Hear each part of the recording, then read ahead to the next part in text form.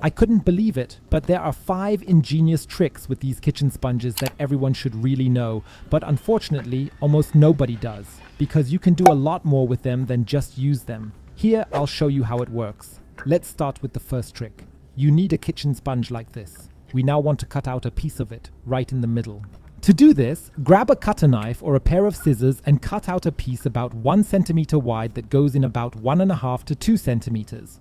Once you have cut this out completely, the sponge should now look like this. I'll show you exactly what you can use it for in a moment. First, I'd like to show you the other methods we can use here, because this small piece that we have cut out can also be used for other purposes. However, you will need a wooden skewer like this in the second step. You should push it through the middle here. Perhaps you can also secure it with a bit of elastic to make sure it holds firmly.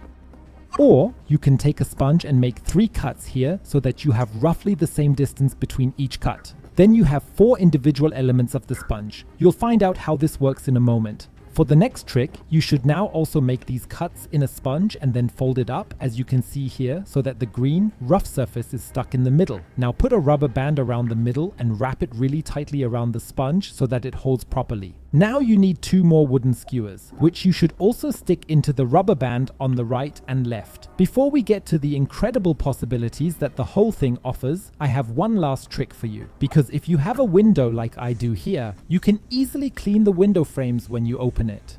However, this won't work if you have several small bumps or, as in my case, here on the side. To do this, hold the sponge here, make a line exactly where such a bump or seal is, and cut the sponge a little at this point. Rubbing the sponge over these surfaces will make it much easier to clean right into the corners and edges. You just have to press it down a little so that it sticks. Wet it beforehand, of course, and you'll get everything super clean. But now we come to the resolution of all the other options. The first sponge, where we have cut this little crease, can of course be used as usual. Just get it a little damp and wash your dishes with it. But the advantage of this is that you can simply clip it onto your tap afterwards. Because if you don't have a place where it can drain properly, you can simply clamp it on top until it is completely dry at the end. In the second variant, we have stuck the small piece that we have cut out here onto a wooden skewer. This is great for cleaning smaller openings such as shot glasses, which are otherwise difficult to get into. The larger piece of the sponge, where we have made 3 cuts here, is perfect for an oven or grill rack.